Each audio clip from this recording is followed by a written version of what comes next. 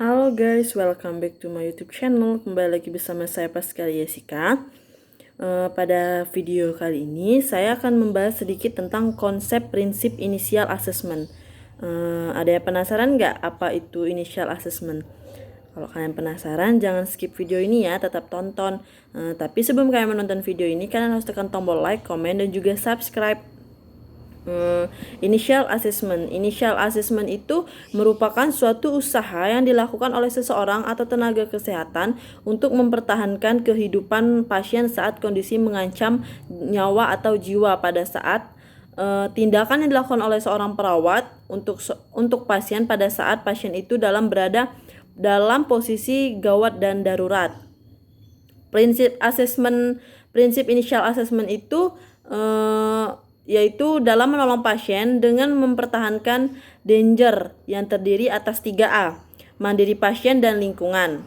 Maka, petugas kesehatan harus mengamankan diri dengan memakai alat APD atau alat pelindung diri seperti sarung tangan, kacamata, apron, masker, dan sebagainya, serta memperhatikan keadaan yang dapat membahayakan. Yang pertama itu ada survei primary atau primary survey. Penilaian keadaan penderita dan prioritas terapi dilakukan berdasarkan jenis perlukaan, stabilisasi tanda-tanda vital. Pada penderita luka parah, prioritas terapi diberikan berurutan berdasarkan penilaian ABC, yang ada airway, breathing, dan circulation. Yang pertama itu ada airway dengan mengontrol servikal. Yang pertama harus dinilai dengan kelancaran airway-nya. Ketidaklancaran airway dapat kita nilai dengan dua cara. Cara yang pertama, inspeksi yang bisa kita lihat adalah cairan yang dikeluarkan oleh pasien. Contoh cairannya itu darah dan juga sputum atau sekret. Yang kedua, listen. Yang bisa kita dengar adalah gargling yang disebabkan oleh cairan. Pangkal lidah jatuh ke belakang dapat menimbulkan suara snoring atau ngorok. Yang kedua ada breathing dan ventilasi.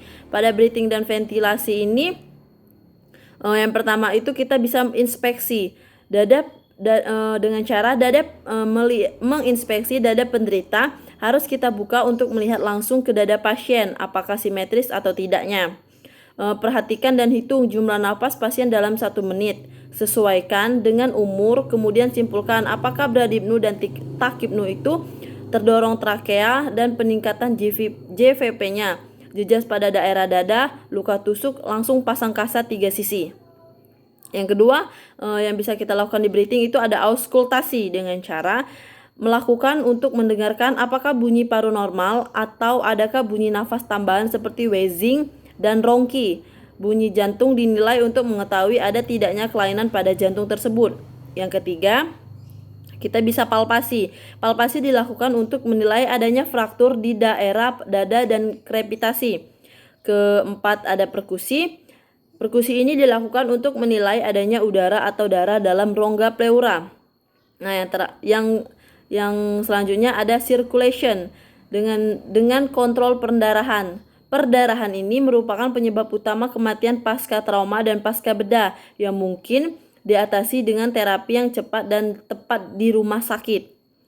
Selanjutnya ada disability. Disability ini adalah kesadaran dan kemampuan pasien.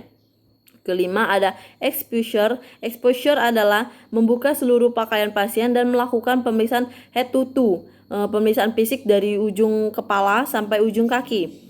Dan keenam ada Foley catheter. Tujuan pemasangan Foley catheter ini adalah salah satunya untuk mengetahui kebutuhan cairan pasien. Yang ketujuh ada gastric tube. Gastric tube ini pasien emergensi atau yang gawat darurat mengalami penurunan kesadaran akibat trauma dan non trauma sebaiknya dipasang NGT. Khususnya yang dipasang NGT harus dipasang untuk mengurangi distensi abdomen, mengeluarkan asam lambung, pemberian obat dan nutrisi apabila pasien mengalami stres dan ulcer. Sebaiknya perawat harus berkolaborasi dengan tim medis untuk pemberian obat golongan antagonis 2 seperti omeprazol.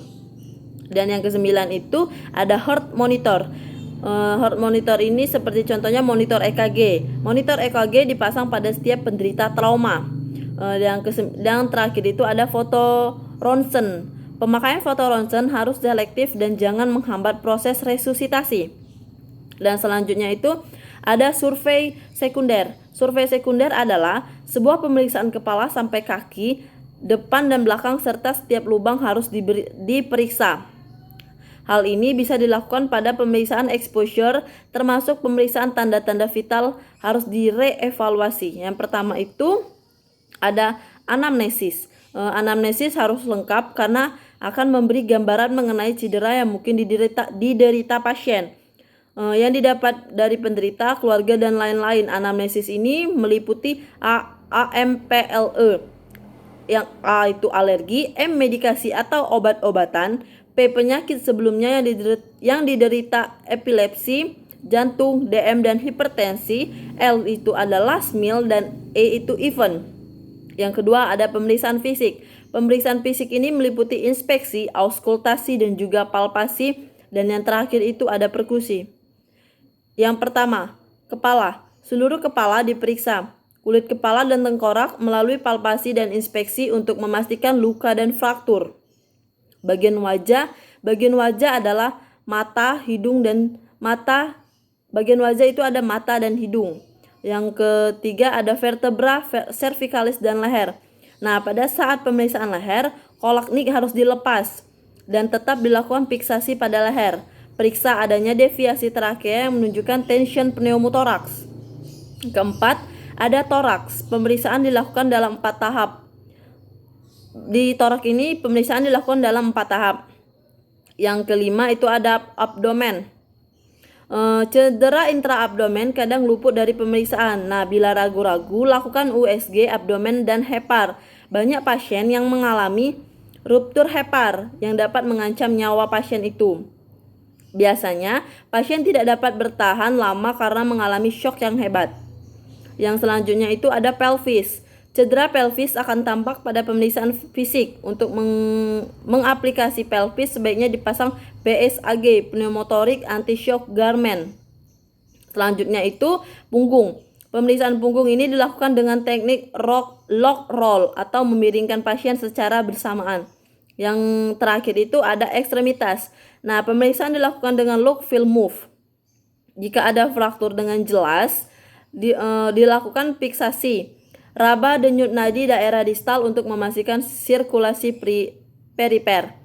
Nah, yang terakhir itu ada reevaluasi penderita. Reevaluasi penderita ini dilakukan dengan mencatat, melaporkan setiap perubahan pada kondisi penderita dan respon terhadap resusitasi, monitoring tanda-tanda vital, dan jumlah produksi urin.